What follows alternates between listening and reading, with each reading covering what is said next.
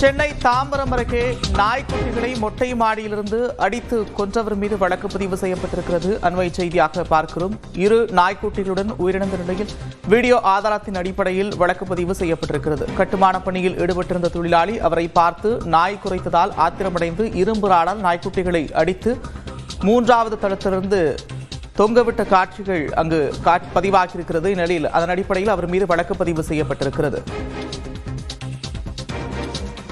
கூடுதல் விவரங்களோடு செய்தியாளர் சுரேஷ் இணைகிறார். சுரேஷ், விவரங்கள்.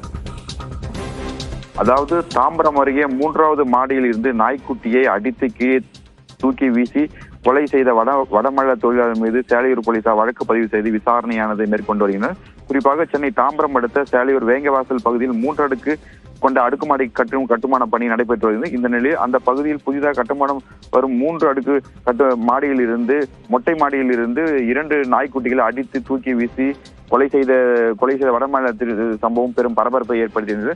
அந்த காட்சிகளை வைத்து சேலையூர் காவல் நிலையத்தில் புகாரானது அளிக்கப்பட்டது. புகாரின் அடிப்படையில் அவர் மீது வழக்கு பதிவு செய்து விசாரணை மேற்கொண்டு சமீப நாட்களாக நாய்களை தொந்தரவு செய்து கொலை செய்த சம்பவம் அதிகரித்த நிலையில் தற்போது சேலையூர் பகுதியில் இந்த சம்பவம் பெரும் பரபரப்பை ஏற்படுத்தியிருந்தார். நன்றி சுரேஷ், விவரங்களுக்கு.